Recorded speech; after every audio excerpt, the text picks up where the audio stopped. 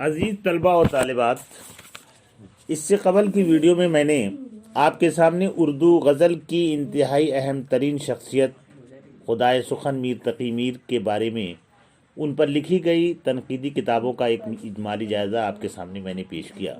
امید ہے کہ وہ کافی مفید ثابت ہوگا آپ کے لیے۔ بچوں، اسی سلسلے میں آج میں سر سید احمد خان پر لکھی گئی ادبی اور تنقیدی کتابوں کا جائزہ لوں گا، جو آپ کے لیے کافی اہم اور مفید ہوگی۔ بچوں، آپ سب جانتے ہیں کہ سر سید احمد خان ملک و قوم کی وہ عظیم ہستی ہیں جن کا نام تاریخ ہند اور تاریخ ادب اردو میں سنہری حروف میں لکھا جائے گا۔ تو میرا مقصد یہاں پر سر سید پر تقریر نہیں ہے، بس ایک چھوٹا سا میں نے آپ کو تعارف کرایا۔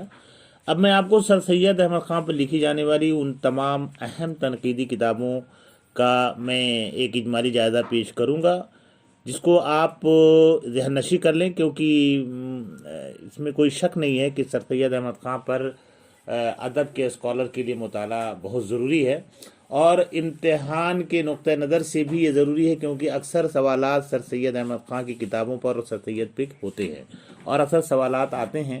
تو اس سلسلے میں آپ کو اس ویڈیو میں کافی معلومات فراہم کی جائے گی۔ تو آئیے ویڈیو کا باقاعدہ آغاز کرتے ہیں کہ سر سید پر کون کون سی کتابیں تنقیدی کتابیں لکھی گئیں۔ سب سے پہلے مولوی عبدالحق نے کتاب لکھی ہے مطالعہ سر سید احمد خان۔ دوسرا مشتاق احمد صاحب نے لکھی ہے سر سید کی نثری خدمات۔ تیسرا خلیق احمد نظامی نے لکھا ہے سر سید ایک تعارف۔ اس کے بعد قمر الہدیٰ فریدی نے لکھا ہے سر سید اور اردو زبان و ادب۔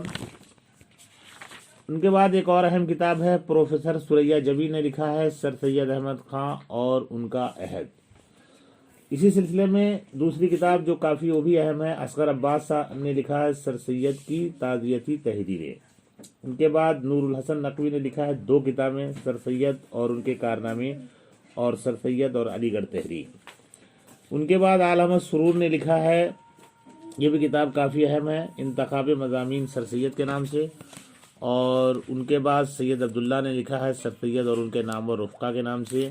اور ان کے بعد جمال خواجہ نے لکھا ہے سر سید کی اصلاحی بصیرت۔ بچوں، یہ کتاب 10 کتابوں کا نام میں نے آپ کے سامنے پیش کیا ہے، یہ کافی اہم ہے۔